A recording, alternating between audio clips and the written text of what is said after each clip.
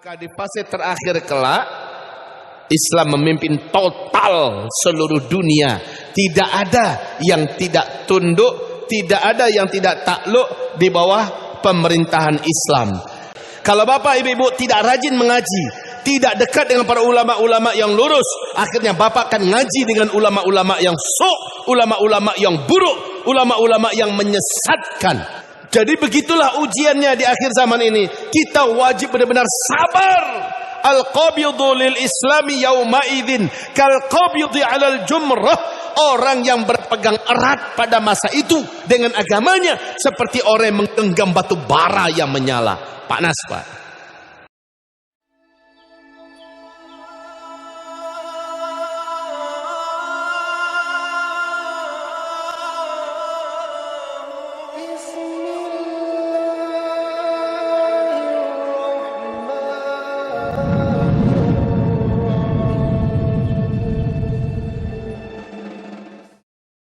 Assalamualaikum warahmatullahi wabarakatuh.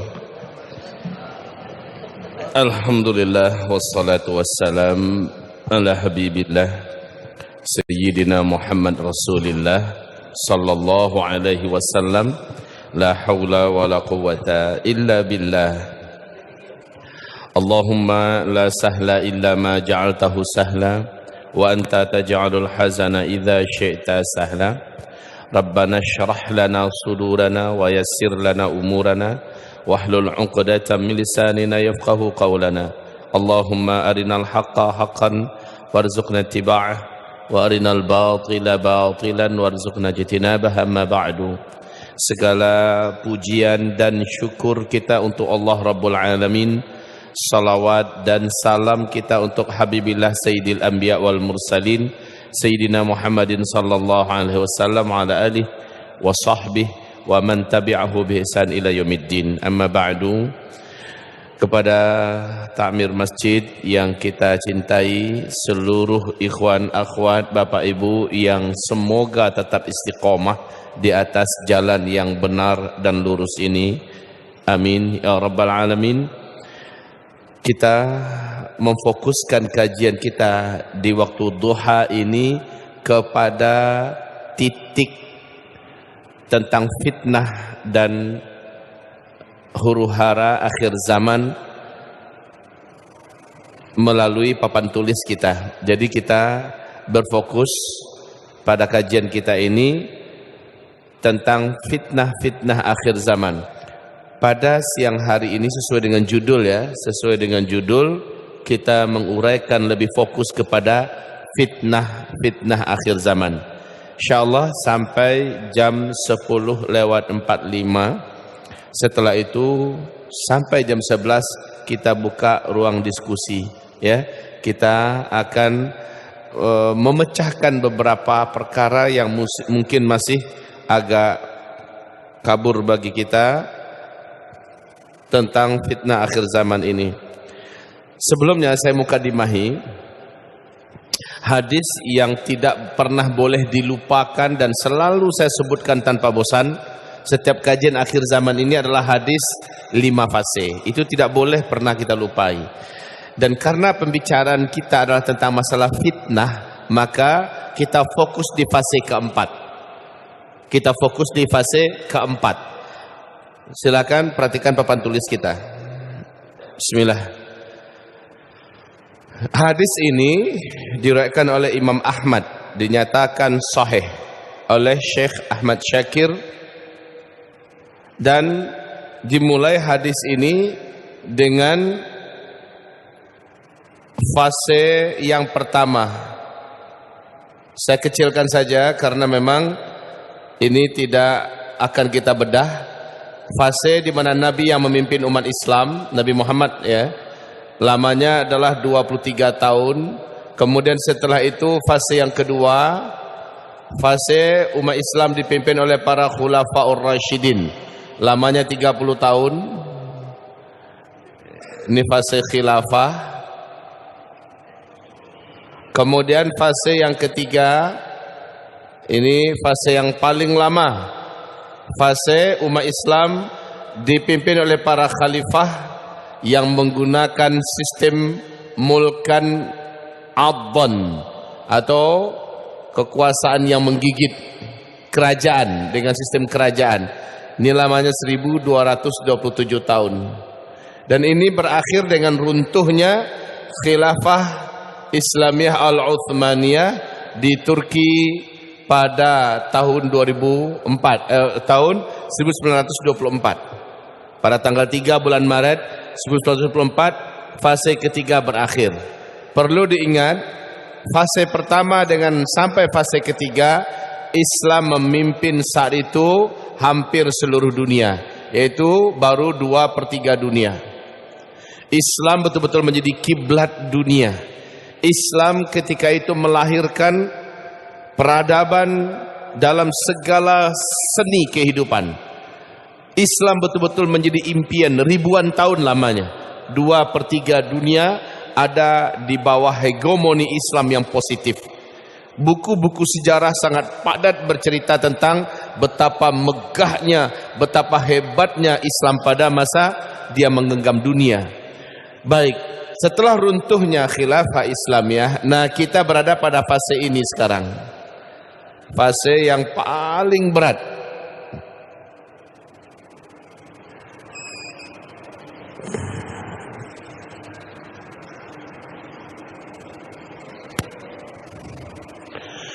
Fase yang keempat. Fase ini mulkan jabariyan atau mulukan jabariyatan. Fase di mana Islam sedang tidak memimpin. Ini fase Islam tidak sedang memimpin. Namanya di sini adalah fase kediktatoran. Jadi yang memimpin negeri-negeri Islam tetap orang Muslim, Bapak-bapak, Ibu-ibu. Tetap orang-orang Muslim, tetapi mereka diktator. Ciri khas mereka benci dengan syariat Islam. Mereka jahat dengan kaum muslimin dan mereka menzalimi para ulama. Ini ciri khasnya. Mereka anti dengan syariat Islam. Ini ciri khasnya di seluruh dunia. Yang paling terakhir bertahan itu adalah Arab Saudi.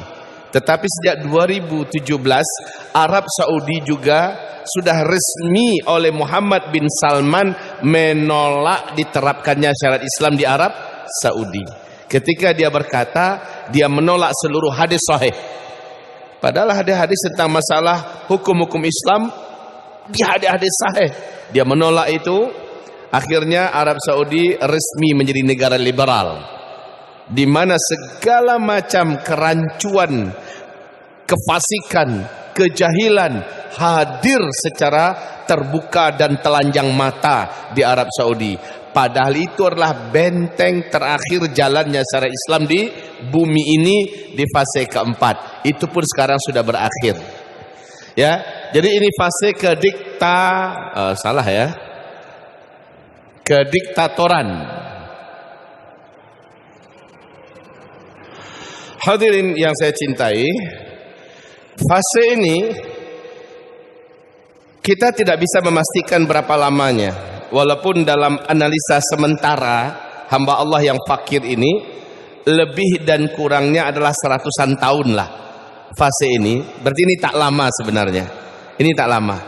Tapi di fase ini puncak ujian dan fitnah untuk umat Nabi Muhammad yang beriman. Di fase ini. Ini puncak ujiannya. Baik, kita sebentar lewati ini dulu. Sebentar kita lewati ini. Walaupun kita akan fokus dengan fase ini nanti ya. Kita lewati dulu.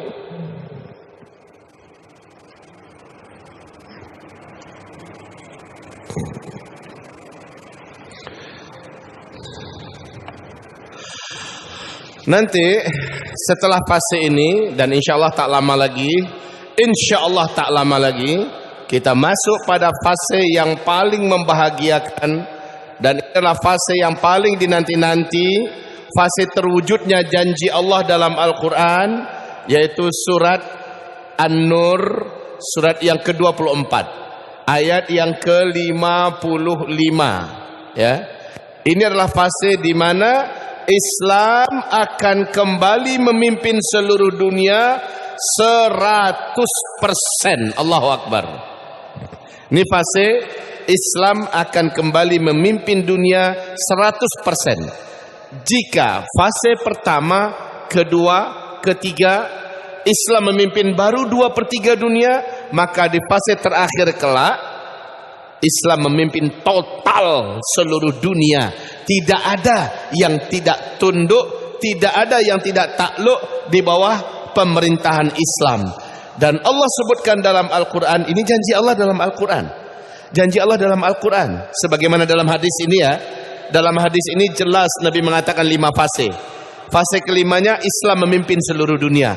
Ternyata Allah telah mendahului dengan ayatnya surat An-Nur ayat 55 bahwa ini pasti terjadi. Nah, inilah dia fase tegaknya kembali khilafah ala minhajin nubuwah, kekhalifahan Islam dengan konsep kenabian. Ingat baik-baik, tempat ini pusatnya bukan di Turki, bukan di Arab Saudi, bukan di Qatar, bukan di Brunei, bukan di Jakarta, tetapi pusatnya dalam hadis sahih Muslim, Rasulullah sebutkan di Palestina. Di Palestina, jantungnya adalah Baitul Maqdis. Kalau Rasul menggambarkan dimerdekakan dulu Baitul Maqdis, dibebaskan terlebih dahulu, dihinakan Yahudi, langsung diumumkan khilafah Islamiyah di sana. Baik, karena kajian kita bukan mengkaji fase kelima, maka kita cukup hanya sekedar mengantarkan bahwa setelah fase kita sekarang, kita akan sampai di sini. Kita balik kemari, kita fokus kemari. Bapak-bapak dan ibu-ibu yang kami muliakan, ini adalah masa fitnah yang paling hebat, masa fitnah yang paling berat. Saking hebat dan beratnya, Rasulullah sampai-sampai berkata, umatku yang hidup pada masa itu, istiqomah dia, sabar dia beragama, teguh dan tegar menghadapi segala macam ujian, tekanan.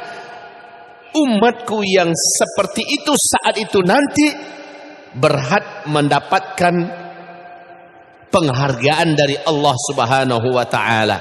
Macam mana bentuk penghargaan Allah untuk umat yang hebat di akhir zaman ini? Di fase keempat, penghargaan Allah Subhanahu wa taala buat mereka adalah setiap orang yang beramal di antara mereka pada masa itu, kata Rasulullah, dinilai oleh Allah pahalanya 50 kali lipat pahalanya para sahabat.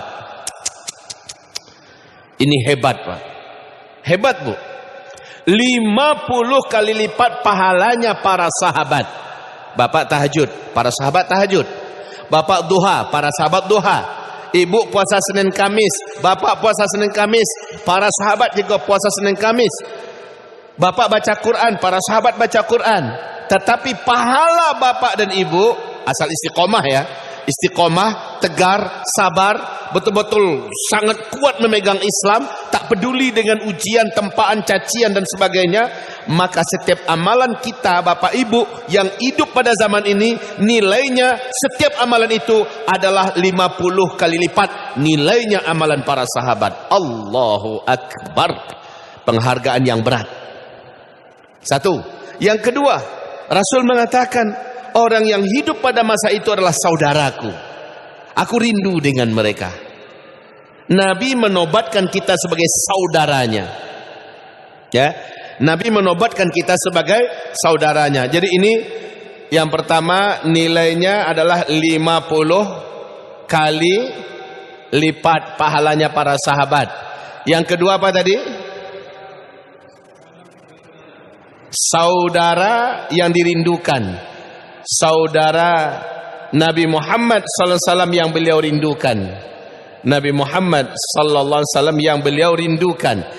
Nah, ini dan mereka disebut dengan ghuraba. Ghuraba.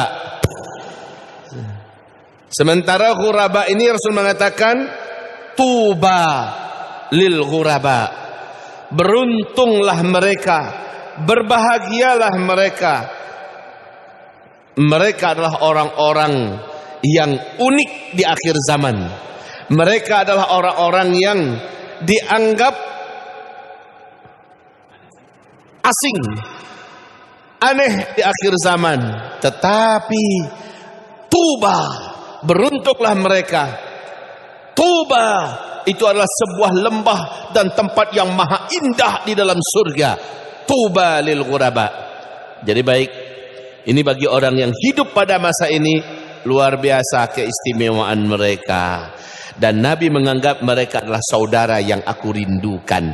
Di akhirat, orang yang diangkat oleh Rasulullah sebagai saudara yang dirindukan pasti akan dibersamai oleh Nabi Muhammad sallallahu alaihi wasallam. Hadirin wal hadirat, ma'asyiral muslimin wal muslimat. Selanjutnya kita bicarakan fitnah apa yang tersedia di sini. Fitnah yang tersedia menjelang 10 tanda besar kiamat. Kita semua sudah tahu, jadi saya tak perlu ulangi lagi dengan rinci. Cukup saya sebutkan secara global saja di sini. Di sini di fase keempat ada 4 tanda besar kiamat yang akan terjadi. Tanda besar kiamat yang pertama, bumi mengalami peristiwa dukhon. Ini yang pertama. Setelah itu yang kedua,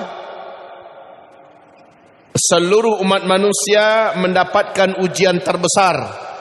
Dan inilah ujian yang paling berat bagi orang-orang beriman, yaitu munculnya Dajjal. Setelah itu menyusul yang ketiga, Allah turunkan anti daripada Dajjal yang bisa menyelesaikan Dajjal dari langit dunia, yaitu Nabi Isa alaihissalam. Dan yang keempat, ini sekaligus menjadi penutup fase keempat. Allah lepaskan bangsa yang paling brutal, paling ganas, tak punya hati, tak punya perasaan, tak ada peri kemanusiaan. Mereka Allah sebut dengan sebutan nama Ya'juj dan Ma'juj. Baiklah, kita tak akan uraikan ini ya.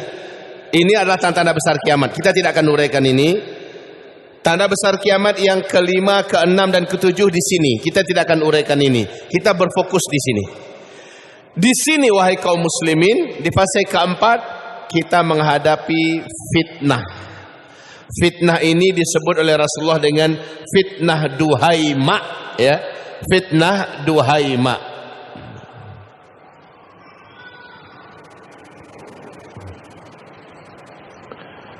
Fitnah duhaima. Bahasa Arabnya seperti apa fitnah duhaima? Seperti ini.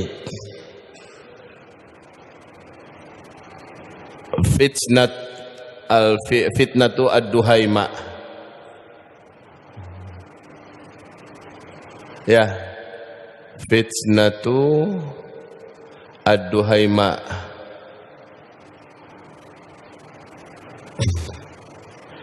Duhaima ini artinya apa? Lipatan malam yang kelam. Lipatan malam yang kelam, yang gelap. Jadi malam itu berlapis-lapis. Makin bertambah waktu, makin tambah gelap malamnya. Ya, dari sejak Isya, terus jam 9, jam 10, jam 11, jam 12, jam 1, jam 2 dan seterusnya. Makin bertambah gelap, makin bertambah pekat, makin bertambah berat. Jadi fitnah duhaima ini jangan kita berpikir makin lama makin ringan, tapi makin berat. Ini disebut dengan fitnah duhaima, adalah fitnah kegelapan malam yang sangat pekat, berlapis-lapis. Nah, dalam fitnah duhaima ini ada 2 perkara yang akan meneror kita.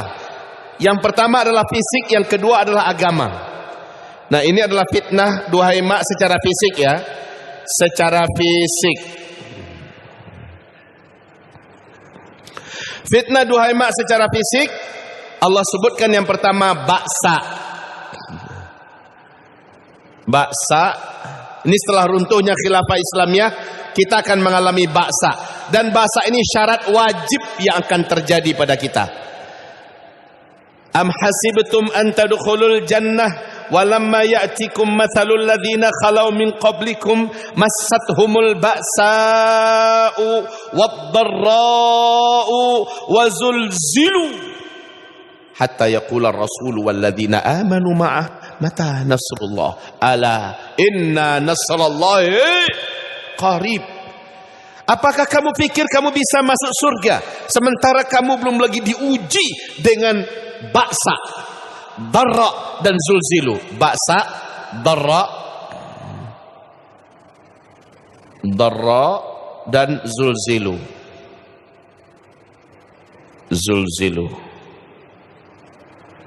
Apa yang disebut dengan ba'sa setelah keruntuhan Islam ya? Keruntuhan Islam setelah khilafah diruntuhkan, ba'sa yaitu musuh merampok tanah air kita. Musuh Islam menjajah kita dan memiskinkan kita, ya, memiskinkan umat Islam, memiskinkan umat Islam. Jadi simbol-simbol ekonomi dunia mereka yang pegang, dan umat Islam ini bagaimana caranya tak boleh bangkit secara ekonomi. Mereka harus dimiskinkan, memiskinkan umat. Setelah itu darra adalah mereka sakiti fisik kita, mereka jajah tanah air kita, ya, mereka jajah, mereka sakiti fisik. Bagaimana cara menyakiti fisik? Mereka buat obat-obatan, mereka ciptakan virus dan penyakit, mereka sebarkan apa-apa yang makanan minuman yang akan membahayakan kita, mereka sakiti kita, ya, mereka jajah, mereka sakiti.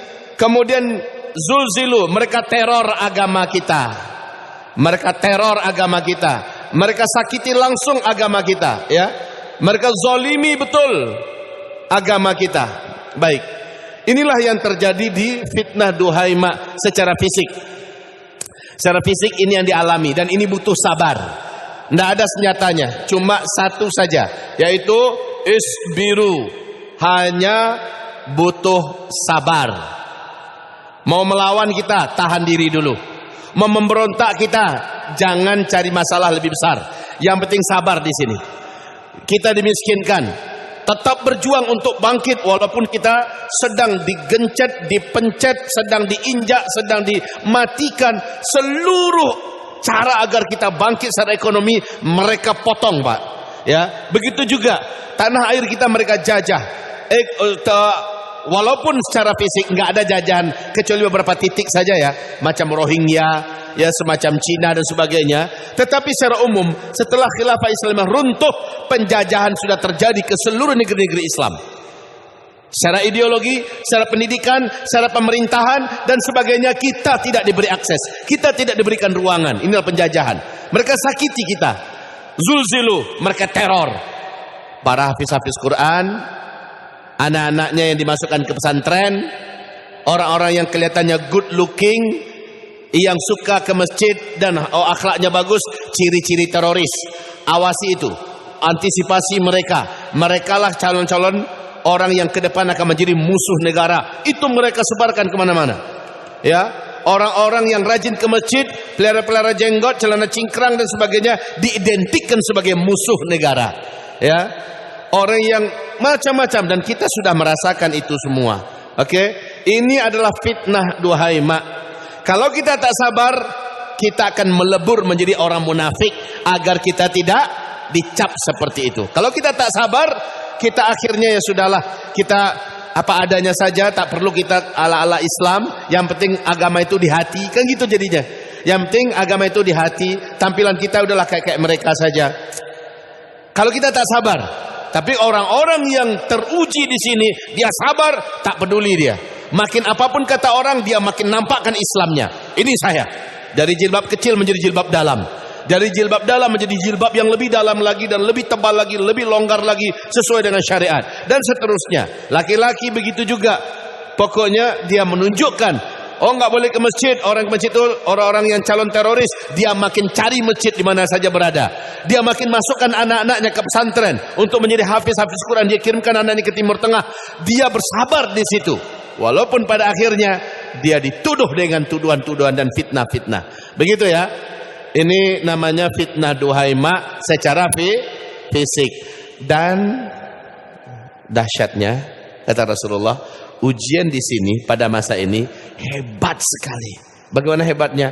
Makin bertambah waktu bukan makin bertambah mengurang, tapi makin bertambah hebat. Hadisnya dari Nabi SAW adalah, ini hadisnya, kalau saya buat kecil, ya terpaksa ya saya buat kecil ya. Hadisnya dari Nabi SAW, isbiru fa innahu la ya'ti 'alan nasi zaman. Macam mana cara buatnya nih? Jadi Bapak macam ini ya. Grafiknya naik. Fitnahnya itu grafiknya naik. Puncaknya adalah maaf ini salah. Ya, ke sini. Puncaknya lah Dajjal lepas. Jadi seperti ini, naik terus sampai Dajjal lepas. Apa yang naik? Upaya musuh-musuh Islam untuk melakukan ba'sa, dharra dan zulzilu kepada kita. Di mana solusi dari Allah buat kita hanyalah sabar. Sabar yang wasta'inu bis sabri was shalah, ya, tetap sabar dan tetap salat. Jadi begitu, naik terus. Kamu wajib bersabar karena pada masa itu kata Nabi, ujian yang kamu hadapi bukan lebih ringan tapi lebih berat dari sebelumnya. Makin bertambah waktu, makin bertambah berat ujian yang akan kamu jalani. Jadi ini secara fisik ya. Sekarang secara iman, secara agama, ujian secara iman atau secara agama, apa yang akan kita alami pada fase keempat ini dan sedang kita rasakan sekarang. Na'udzubillah ya Allah, lindungi kami ya Allah. Yang kita rasakan ujiannya sekarang ini secara iman. Satu, setelah runtuhnya khilafah Islamiyah, Islam sedang tidak memimpin, di mana tidak ada pemerintahan yang menjalankan syariat Islam yang benar dan utuh, ya. Yaitu yang terjadi adalah yang pertama,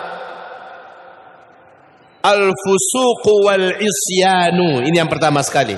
Al-fusuqu wal isyanu. Gini bahasa Arabnya. Kalau butuh menulis bahasa Arabnya, saya tuliskan al-fusuqu wal isyanu. Ya. Kefasikan dan dosa maksiat benar-benar diciptakan. Al-fusuqu wal isyanu.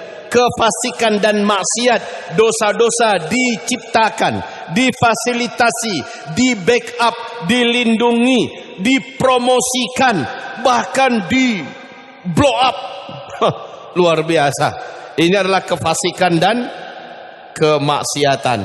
Buat umat ini menjadi umat yang kerasukan setan dalam hal dosa dan maksiat, kemaksiatan. Padahal kalau pemerintahan Islam wujud, takkan pernah ada tempat-tempat maksiat yang dibiarkan hidup. Takkan pernah. Karena salah satu kewajiban pemerintahan Islam adalah padamkan seluruh api-api fitnah maksiat. Ini malah pelacuran difasilitasi. Ya. Minum-minuman keras malah diproduksi. Barang-barang haram malah dicetak, dibuat sebanyak-banyaknya. LGBT malah dilindungi atas nama HAM, dibuatkan undang-undang payung hukumnya, undang-undangnya dan sebagainya. Segala macam maksiat difasilitasi. Yang paling terakhir sekarang adalah Arab Saudi, di mana pemerintah kerajaan Arab Saudi secara tidak malu lagi dan tak takut kepada Allah melakukan maksiat terang-terangan, menghadirkan penyanyi-penyanyi dunia lenggak-lenggok di depan pentas, penyanyi-penyanyi India yang setengah telanjang, dan juga mempersilakan hotel-hotel dihuni oleh lelaki wanita yang tidak bersuami istri, dan mereka semuanya memfasilitasi rakyatnya untuk menuju kepada maksiat. Inilah fase. Padahal Arab Saudi adalah benteng terakhir. Saya katakan ini pun sudah jebol.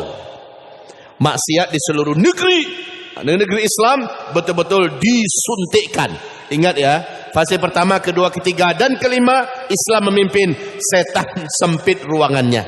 Jadi untuk memperbanyak calon penghuni neraka, bagi setan, jin dan setan manusia cuma di fase keempat. Dan di fase keempat ini manusia yang terbanyak. Di fase pertama, kedua, ketiga, dan kelima sulit, sempit ruangan gerak mereka. Tapi di fase keempat, saat Islam sedang tidak berkuasa, setan jin dan setan manusia memperbanyak calon-calon penduduk neraka. Makanya mereka ciptakan, mereka lindungi, mereka backup, mereka biayai, mereka fasilitasi kemaksiatan di mana-mana. Ini ujian yang berat. Setelah itu, yang kedua, at-tadlilu wat-tafriqu. At-tafriqu wat-tadlil. At-tafriqu wat-tadlil. Ini yang duduknya agak jauh-jauh mungkin tak nampak ya. At-tafriqu wat-tadlilu. Apa artinya? Memecah belah umat dan melahirkan aliran-aliran sesat. Ini fase yang dimana umat dipecah belah.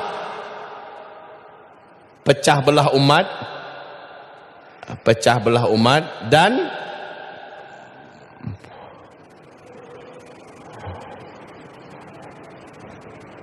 pecah belah umat dan juga apa tadi? Aliran-aliran sesat.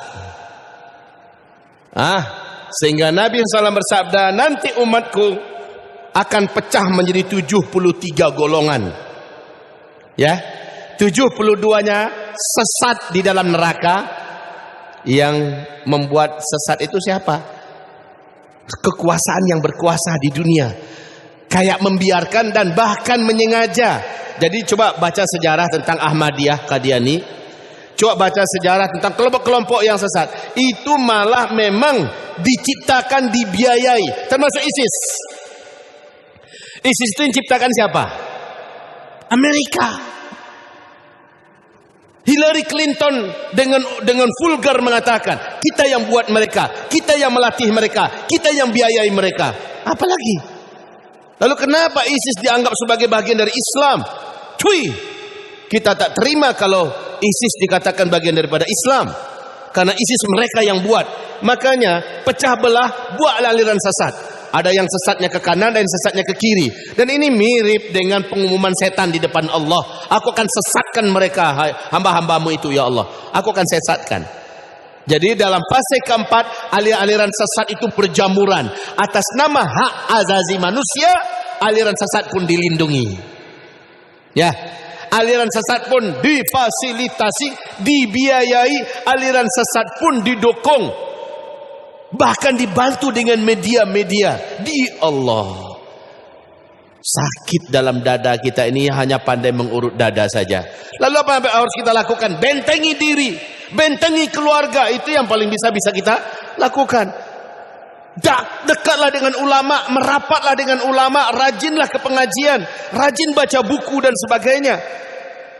Supaya kita tidak bisa dan tidak mudah disesatkan. Baik. Ini yang kedua, ini fitnah iman atau fitnah agama yang kedua, kita terjadi perpecah belahan.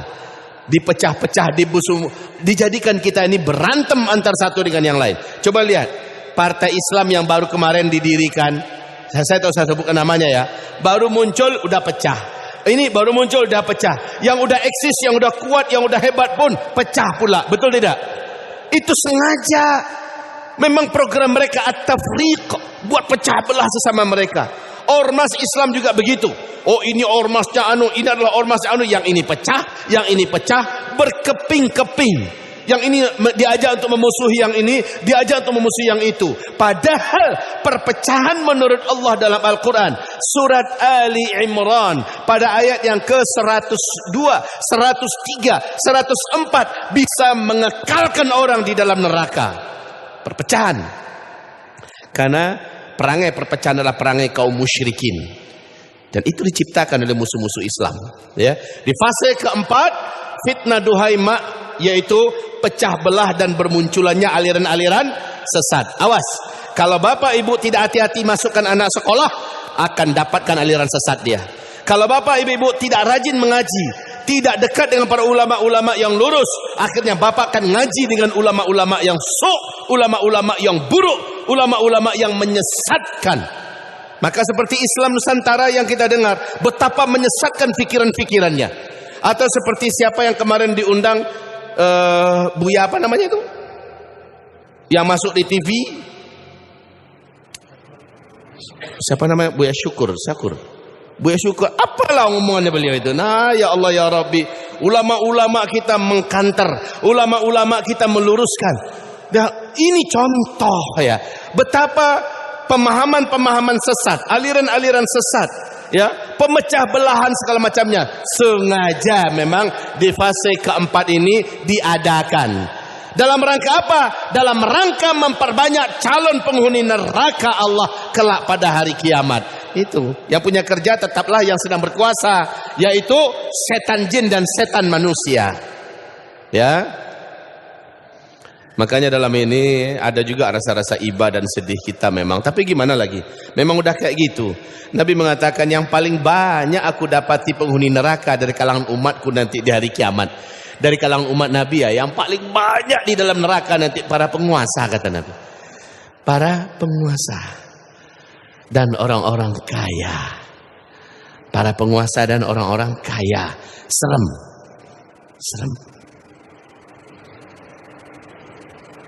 Hadirin, hadirat yang kami muliakan. Terus yang ketiga. Yang ketiga, fitnah duhaima yang ketiga dalam segi agama yang terjadi adalah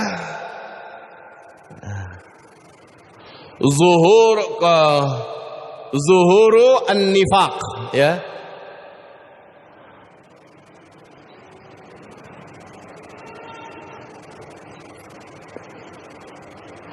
Allah, ini penyakit yang paling berbahaya bagi Islam, malah mendapatkan fasilitas.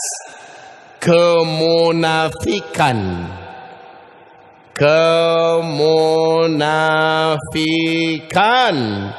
Orang munafik, Bapak Ibu, kekal di neraka jahanam abadi selama-lamanya, letaknya di kerak neraka yang paling bawah. Sifat-sifat orang munafik ini Allah ceritakan dalam Al-Quran lebih dari 32 titik nama sifatnya. Nama sifatnya ya, ayatnya berbeda-beda itu menguraikan. Dan kemunafikan ini pada fase keempat oleh rezim yang berkuasa di seluruh dunia, malah orang-orang munafik yang diangkat. Orang munafik diangkat bertanggung jawab dan bidang ini. Orang munafik diangkat lalu diberi amanah ini. Orang munafik diangkat lalu dikasih jabatan ini. Orang munafik dikasih panggung. Kemunafikan malah sengaja dibelanjai. Maka bazar RP, tahu bazar RP? Tukang penyebar isu yang tidak benar, penyebar hoax, ya, dan yang ikut terus membantu dan mendukung kesesatan, mereka ini dibelanjai, malah dibiayai. Nah, agar munafik itu di mana-mana marak, kemunafikan. Ibarat Allah yang kami muliakan. Terus yang fitnah yang keempat, ingat ya, kemunafikan ini musuh yang paling Allah benci. Aladul khisam. Kalau orang kafir jelas dia kafir dah. Tapi kalau munafik dia dalam Islam, berbahasa dengan bahasa Islam. Kadang-kadang dia juga pakar, doktor gelarnya, LCMA, kadang-kadang profesor, dipanggil juga dengan kiai haji, dipanggil juga dengan cendekiawan muslim, dipanggil juga dengan ulama, bahkan duduk bercokol di majelis ulama. Akan tetapi mereka gembong-gembong munafik. Yang bawah-bawahnya masuk ke masjid-masjid, masuk ke kampus-kampus, masuk ke organisasi Islam, masuk ke gerakan-gerakan dakwah dan pemuda dan sebagainya. Kemunafikan ini sengaja sekali lagi di fase keempat difasilitasi, didanai, diciptakan nama kelompoknya, nama organisasinya agar kelompok-kelompok tersebut hadir di mana-mana. Tolonglah fokuslah sedikit, lebih fokuslah sedikit lagi, lebih dari sebelumnya, belajar tentang sifat-sifat munafik dalam Al-Quran. Pelajari itu. Maka kita kaget, banyak organisasi mahasiswa, organisasi keagamaan yang dibuat sementara programnya program-program munafik. Orang di dalamnya orang-orang munafik. Terjebaklah generasi kita. Terjebaklah anak-anak muda kita. Terjebaklah mahasiswa-mahasiswi kita. Terjebaklah kaum muslimin ke dalam komunitas-komunitas tersebut. Kita tidak berkomunitas, bahaya pula. Berkomunitas bisa masuk perangkap, bahaya tidak itu? Jadi antisipasinya apa? Wajib dengan ilmu. Kalau tak ada ilmu, ya tak bisa. Wajib dengan ilmu, sehingga kita tahu, oh nak bisa nih, kelompok ini nggak bisa, organisasi ini tak boleh. Kita tahu jadinya, saya harus mendudukkan diri saya, karena ada ilmu, kita tahu, oh ini yang baik, ini yang bagus. Sekian macam, ada 120 organisasi dan kelompok belajar dakwah agama yang ada di Pekanbaru ini, yang menurut ilmu yang sudah saya dapatkan hanya 21 yang bagus umpama ya. Hanya 20 saja yang bagus, hanya 15 saja yang bagus. Akhirnya dia merapat bergabung dengan tempat-tempat itu. Oke. Selanjutnya yang keempat. Ini yang paling merata sekarang ya. Fitnah duhai mak terberat di fase keempat sesuai dengan firman Allah juga dalam surat 55, yaitu kesyirikan. Ya, ini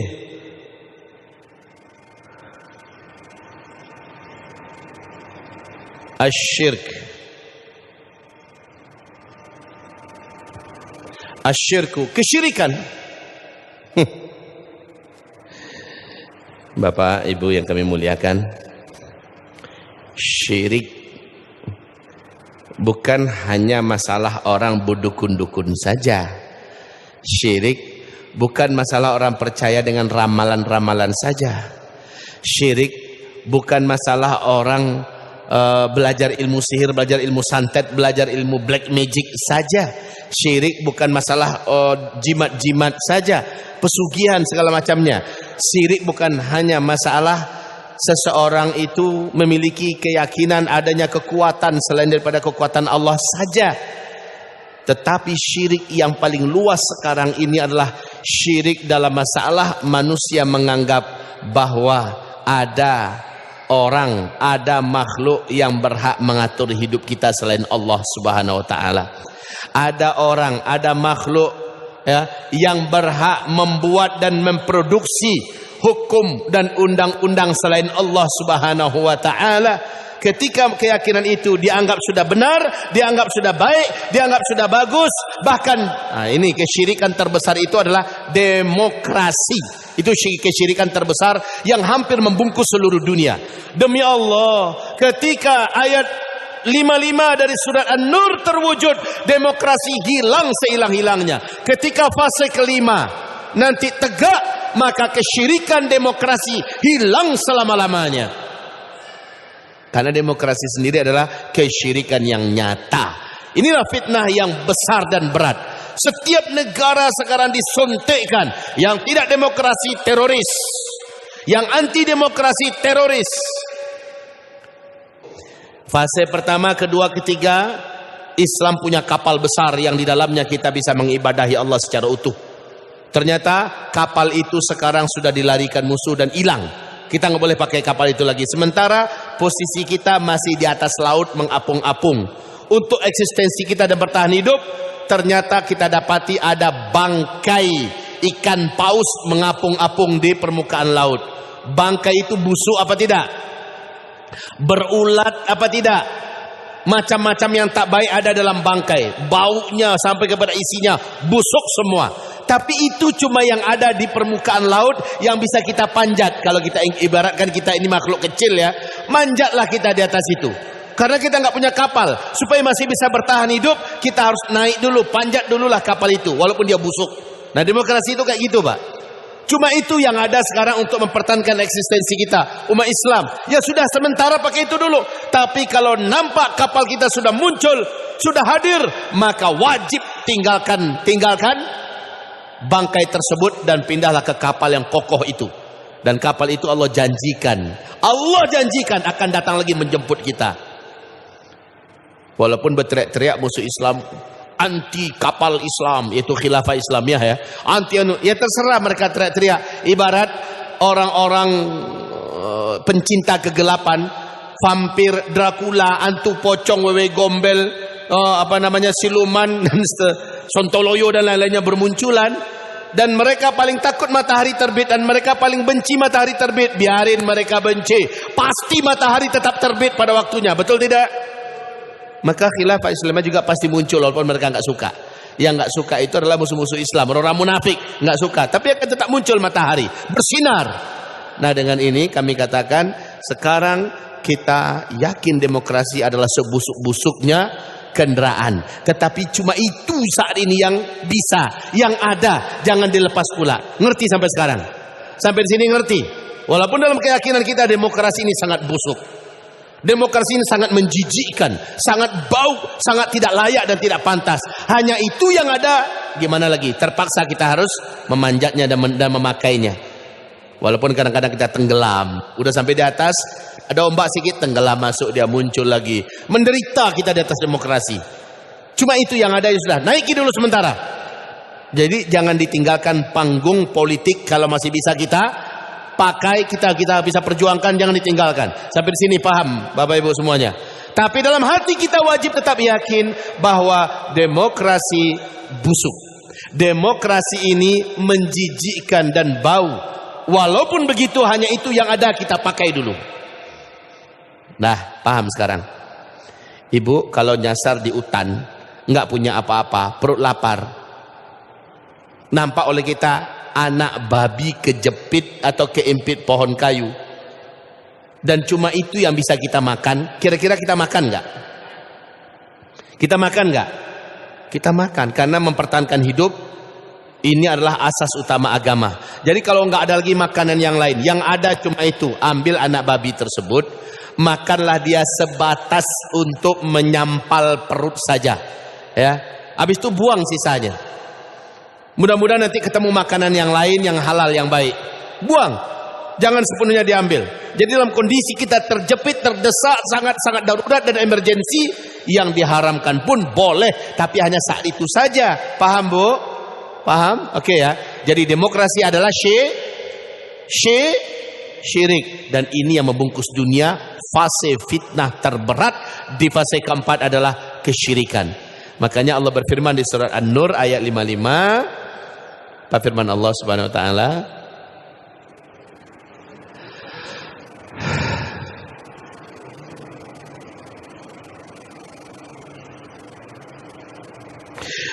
وعد الله الذين آمنوا وعملوا الصالحات ليستخلفنهم في الأرض كما استخلف الذين من قبلهم وليمكنن لهم دينهم الذي ارتضى لهم وليبدلنهم من بعد خوفهم أمنا يعبدونني la yusyrikuna bi syai'a. Saat fase kelima nanti wujud, saat khilafah Islamiyah nanti hadir, tidak ada lagi kesyirikan di muka bumi, demokrasi hilang. Gitu loh ya. Tidak ada lagi kesyirikan. Karena demokrasi memegang pemerintahan, memegang politik, memegang urusan kehidupan dan sebagainya. Itulah dia demokrasi, kesyirikan terbesar di akhir zaman. Ini dah fitnah Duhaimah nomor 4, kesyirikan. Dah. Terus yang terakhir, dan inilah fitnah Duhaimah puncak. Cuma saya katakan, yang ini 1, 2, 3 di bidang fisik, yang ini 1, 2, 3, 4 dan 5 secara iman dan agama. Sejak dari awal ini sudah mulai ada dan terus meningkat. Puncaknya adalah Dajjal muncul, yaitu kemurtadan.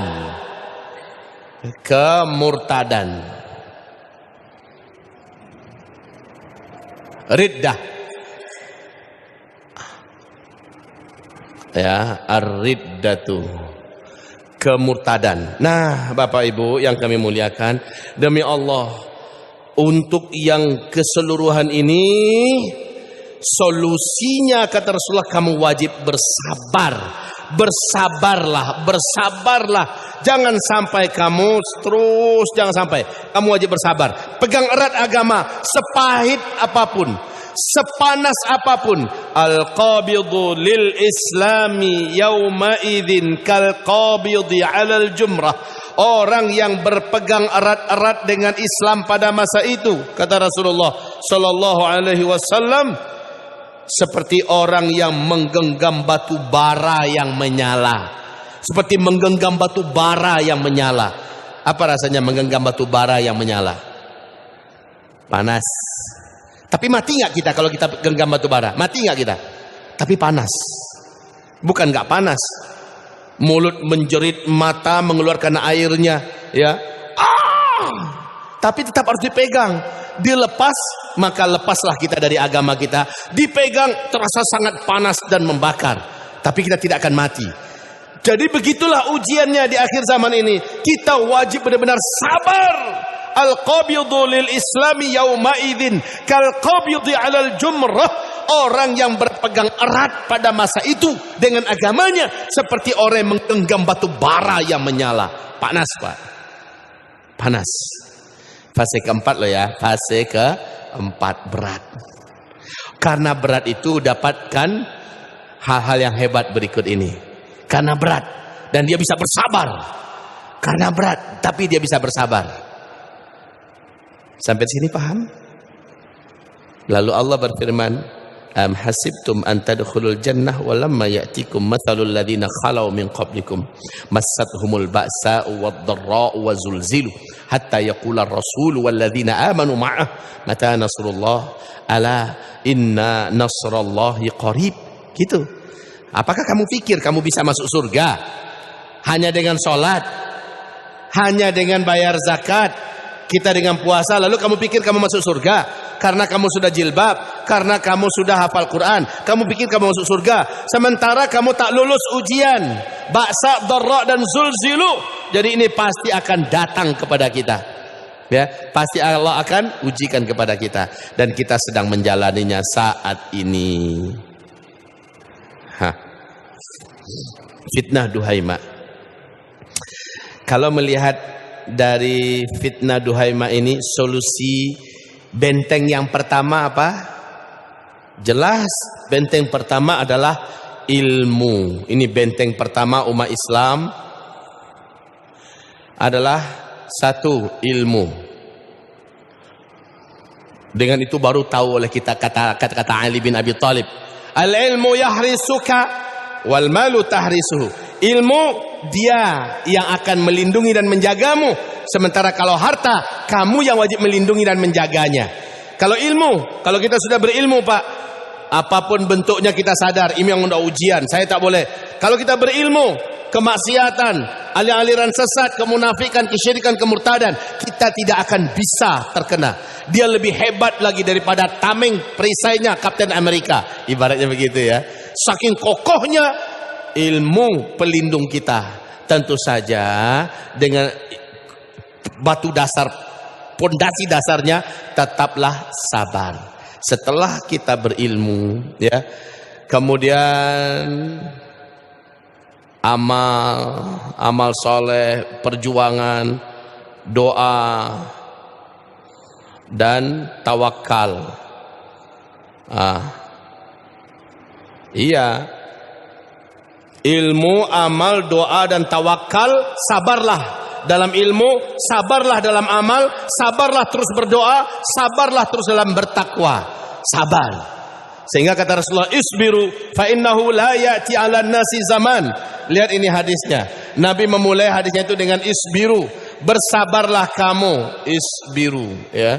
Bersabarlah, fa innahu la ya'ti 'alan nasi zamanun la ya'ti 'alan nasi zamanun. Bersabarlah kamu, sesungguhnya takkan datang kepada manusia nanti suatu zaman, yaitu zaman fase keempat, ya, illalladzi ba'dahu syarrun minhu, illalladzi ba'dahu syarrun minhu hatta talqaw rabbakum. Ini dia. Lihat, kuncinya cuma ini, sabarlah kamu. Kita berilmu, kita beramal, kita berdoa, kita tawakal, semuanya butuh sabar. Lah orang kalau nggak sabar, walaupun ilmunya setingkat ulama, setingkat kiai, setingkat apalah pokoknya, tapi dia nggak sabar ya, nggak tahan juga. Tergoda juga dengan fulus, diiming-imingi jabatan, akhirnya dia tergoda juga, ya sudah ke bawah, percuma aja diajak orang berilmu. Jadi harus sabar, Pak. Ya, begitu juga dia beramal, dia udah sholat, dia udah puasa, dia udah ibadah, dia segala macamnya, tapi nggak sabar, lama-lama rontok dan runtuh juga dia. Begitu juga dia doa, tapi belum dikabul-kabulkan. Kok Islam belum menang-menang? Kok kita selalu dikibuli, dipedaya, kok segala macamnya? Nggak sabar dia, berhenti dia berdoa, ya nggak bisa juga. Ya. Kemudian tawakal, ya aku tawakal, tapi lama-lama rontok juga tawakalnya karena nggak sabar. Tawakal dan seluruhnya butuh isbiru, kamu wajib bersabar. Wajib bersabar. Allahumma sholli ala Muhammad. Ya. Baik. Saya rasa pembahasan ini cukup mudah dimengerti hendaknya. Amin. Yang nggak ngerti kita diskusi. Yang kurang paham jangan disimpan, bawa pulang nggak paham itu menimbulkan syubhat. Silahkan diskusikan, silahkan tanyakan. Assalamualaikum Ustaz. Tanya. Silakan Pak Ketua. Dari fase yang ada ini setelah khilafah itu berarti itu hari kiamat. Baik. Iya Ustaz. Langsung tanya aja.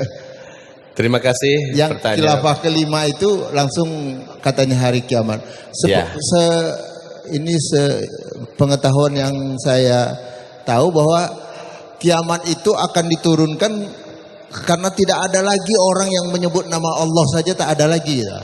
Berarti setelah khilafah yang itu masih ada fase lagi yang betul-betul orang semuanya fasik gitu. Terima kasih. Dia kemudian juga tanya Imam Mahdi itu posisinya di mana tuh? Terima kasih Ustaz. Baik, terima kasih. Coba Bapak perhatikan kembali, startnya Nabi Muhammad Allah utus sebagai Nabi dan Rasul, itu start. Ini kita buat finish. Ini memang akhir. Start keberadaan umat Nabi Muhammad, start akhir dari umat Nabi Muhammad. Finish. Nah, ini ada 1, 2, 3, 4. Di penghujung fase keempat ini muncul 4 fitnah, tanda besar kiamat. Ya. Di sini di fase kelima, ini adalah fase-fase emas dan manusia hidup bagaikan dalam surga di sini ya. Di sini muncul tanda besar kiamat yang kelima, keenam dan ketujuhnya di sini. Ketujuhnya di sini. Sekaligus menjadi penutup fase kelima. Nah, coba lihat tanda besar kiamat yang kelima, matahari terbit dari sebelah barat. Tanda besar kiamat yang keenam, Allah munculkan binatang atau makhluk raksasa dari dalam perut bumi. Itu dalam Al-Quran ya, surah An-Naml ayat 82. Nama binatang itu Dabbatul Ardi. Nah, tanda besar kiamat yang ketujuh yaitu angin lembut bertiup dari Yaman. Angin lembut bertiup dari Yaman. Angin ini berbau wangi kasturi. Baunya wangi kasturi, lembut, sejuk. Tapi ternyata angin itu adalah angin kematian. Angin kematian. Seluruh orang-orang yang beriman dari umat Nabi Muhammad, walaupun imannya cuma seujung kuku, di berbagai belahan bumi manapun dia berada, walaupun dia dalam gua, di gunung, di lembah, di mana saja dia berada, asal dia beriman umat Nabi Muhammad, angin lembut ini tanda besar kiamat yang ketujuh ya, akan sampai pada orang itu. Ketika dia tersentuh oleh angin tersebut, terhirup olehnya angin tersebut, di situ di tempat itu langsung dia meninggal dunia. Maka serentaklah seluruh orang Islam meninggal dunia, orang Islam yang beriman ya. Nah, tanda besar kiamat yang nomor 8, 9, 10 disaksikan oleh orang-orang yang tidak kenal Allah, yang tidak tahu lagi dengan Allah Subhanahu wa taala. Mereka lah yang akan menyaksikan kiamat besar, kehancuran alam semesta. Imam Mahdi di mana munculnya? Imam Mahdi sebelum Dukhan. Al-Mahdi di sini. Ya. Ada beberapa riwayat yang agak sedikit saya ragu, sebelum dukhon atau setelah dukhon. Tapi kalau saya pribadi, saya yakin munculnya Imam Mahdi sebelum dukhon. Imam Mahdi muncul terlebih dahulu, barulah dukhon. Dukhon ini kapan terjadinya? Ketika bumi mengalami hantaman meteor yang dahsyat. Nah, ini meteor. Nah, akibat dari meteor yang dahsyat ini, bumi mengalami dukhon. 40 hari 40 malam, bumi gelap gulita. Ya, setelah itu teknologi terhenti. Semua teknologi yang memanjakan kita hari ini terhenti secara seluruhnya. Paham Pak ya? Oke. InsyaAllah jelas. Yang macam ini itu yang saya maksud. Jadi kalau kita masih ada yang ragu-ragu, silahkan ditanyakan supaya keraguan itu hilang. Tafadhol kalau ada pertanyaan. Silakan Bapak. Terima kasih Ustadz. Assalamualaikum warahmatullahi wabarakatuh. Waalaikumsalam warahmatullahi wabarakatuh. Yang saya tanyakan keraguan tadi, apa kita sekarang saat ini sudah masuk di fase keempat dalam ujian? Kata Ustadz, kalau tidak diuji tidak masuk surga. Saya khawatir kita belum diuji seperti kata Ustadz tadi, berarti kita tidak akan masuk surga. Mohon penjelasan, terima kasih. Ya. Allahu Akbar. Sekarang kita hidup di Indonesia. Bapak sebagai umat Nabi yang beriman, merasa kita sedang diuji nggak di Indonesia ini sekarang? Merasa atau tidak? Ya. Kalau Bapak orang beriman, umat Nabi Muhammad, Bapak pasti merasakan ujian. Apa ujiannya? Nggak perlu saya rinci satu-satu bagaimana kita dizalimi, bagaimana para ulama kita disakiti, bagaimana Islam dianaktirikan di sini, bagaimana kita betul-betul merasa apa? Ada nggak rasa iba di hati Bapak? Ada nggak rasa sedih? Ada nggak rasa geram? Ada nggak rasa? Kalau ada Bapak orang beriman. Tapi kalau tak ada, maaf, saya katakan Bapak orang Islam. Tapi kalau ada Bapak orang beriman, itulah ujiannya untuk sekarang ini Pak ya. Itulah ujiannya. Orang semakin kuat imannya, dia semakin merasa panasnya ujian itu. Seperti kata hadis tadi, seperti menggenggam batu bara.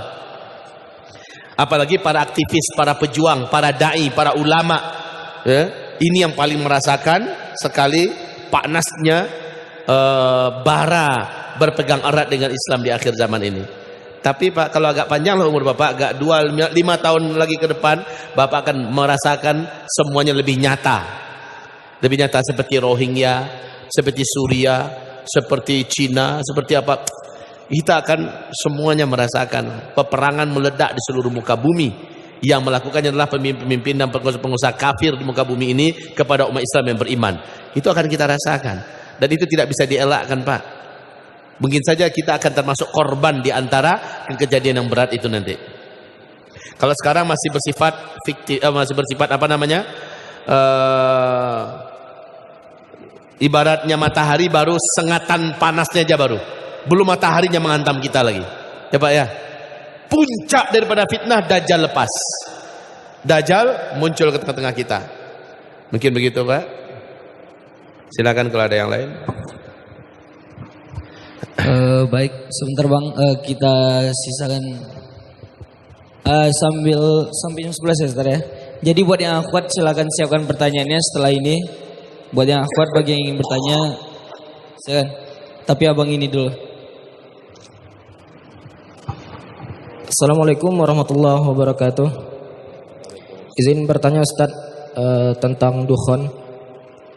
Kata Ustaz tadi dukhon ini akan menyelimuti bumi selama 40 hari 40 malam. Jadi yang ingin saya tanyakan, kita ini diwajibkan sholat 5 waktu. Jadi bagaimana kita cara menentukan masuknya 5 waktu sholat fardu? Sekian. Iya. Pada masa itu semua jam mati. Semua jam yang bergerak mati. Orang tidak bisa menentukan kapan masuknya waktu, karena orang tidak tahu malam ini sudah siang, orang tidak tahu. Lagi pula, andailah kita jam 12 siang, saking padatnya massa debu dan asap yang bersatu di permukaan udara, jarak telapak tangan kamu dekatkan ke wajah kamu, pada itu tengah hari siang bolong ya, kamu tak mampu melihat apa-apa saking gelapnya. Dan itu terjadi 40 hari 40 malam. Pertanyaan tadi, kita kan umat Islam, wajib sholat 5 waktu. Bagaimana kita melaksanakannya? Kita nggak tahu ini udah subuh, ini udah zuhur kah, ini udah asar, nggak tahu. Jawabannya itu ditanya oleh sahabat kepada Nabi. Apa yang harus kami lakukan ya Rasul? Bagaimana kami bisa menentukan waktu sholat? Bagaimana cara Nabi menjawab? Takdiruna laha qadraha. Saat itu kalian memain kira-kira. Kalian kira-kira aja. Ini kira-kira subuh nih. Ini kira-kira zuhur nih. Main kira-kira aja. Kemana arah kiblat kita? Kalau memang kita di luar rumah, kita main kira-kira. Tapi rasanya akan ada yang berani main keluar itu. Mata pedih minta ampun karena debu ya. Debu dan asap itu nyatu. Masker yang kayak gini nih nggak lawan ini. Asap masuk, kalau debu oke lah, bisa dilindungi dari oleh masker. Tapi kalau asap masuk. Dukhon, arti dukhon apa? Asap. Dari mana asap itu datangnya? Dari langit. Ternyata ayat menyebutkan adalah batsyatul kubra dalam ayat. Ya. Hantaman yang besar, maka itu adalah meteor. Ini akan menimbulkan ledakan yang sangat dahsyat di muka bumi. Dan ini akan menyebabkan gelap gulita bumi ini segelap-gelapnya 40 hari 40 malam. Bagaimana kami makan minum saat itu ya Rasulullah? Bagaimana makan minum kita saat itu? Kulkas enggak hidup. Ikan dan daging busuk dalam kulkas. Pasar tutup semuanya. Supermarket, minimarket segala macamnya bisa jadi udah dijarah orang. Bisa jadi ya, atau udah kosong. Lalu bagaimana makan minum? Pada masa itu kata Rasulullah sampai Dajjal keluar, orang-orang beriman makan minumnya saat itu hanyalah zikir. Ini aneh ya. Makan minum orang beriman cuma zikir, saking nggak ada yang mau dimakannya. Disitulah orang beriman nanti berkata, ya, orang yang paling kuat iman setelah dukhon hilang, menjelang Dajjal muncul nih. Dia lewat di atas depan kuburan. Apa katanya? Kalaulah aku yang ada di dalam kuburan, alangkah ringannya hidup ini. Saking beratnya hidup di atas tanah. Padahal dia orang beriman. Dia orang beriman. Sekarang dari dukhon ke Dajjal lebih kurang 2 tahun. Dari Dajjal ke Nabi Isa, ini bukan lebih kurang, ini pasti. Dalam hadis ini 1 tahun tambah 2 bulan tambah 2 minggu Nabi Isa turun. Dari Nabi Isa ke Ya'juj Ma'juj hanya hitungan beberapa bulan. Beberapa bulan. Ya. Setelah itu Ya'juj Ma'juj dibinasakan oleh Allah, masuklah kita fase kelima. Jadi kalau dari sini aja dulu, ini 2 tahun, 3 tahun, anggaplah 4 tahun ya. Anggaplah 4 tahun. Kalau ini udah muncul pertama, sampai Ya'juj Ma'juj muncul 4 tahun. Oke, dari kita kano, ini tidak bisa kita pastikan. Kalau dikatakan tadi kira-kira, maka saya hanya mampu menjawab tanda-tandanya, sudah menjawab bahwa untuk kemunculan Al-Mahdi, tanda-tandanya hampir lengkap semua. Untuk datangnya hantaman meteor, tanda-tandanya juga sudah lengkap. Begitu. Apa kata Allah fi hadhil ummah khasfun wa maskhun wa qadhfun qalu wa mata dhaka ya Rasulullah qal idza zaharatil qainat wal ma'azif wa syuribatil khumur. Apabila sudah didatangkan bermunculan para penyanyi-penyanyi, dihadirkan musik-musik, konser-konser, diminum khamar-khamar, maka akan terjadi khasfun, penenggelaman bumi di mana-mana. Banyak terjadi penenggelaman. Wa qadfun, serangan hantaman meteor dari langit. Wa maskhun, terjadi perubahan bentuk. Maka untuk perangai itu yang paling terakhir benteng Islam di dunia adalah Arab Saudi, yang ada Makkah Madinahnya, yang menjalankan secara Islam. Arab Saudi sudah melakukan itu semua sekarang. Betul tidak? Makanya saya katakan tadi, syarat-syaratnya dan tanda-tandanya udah lengkap. Tinggal nunggu hari aja lagi.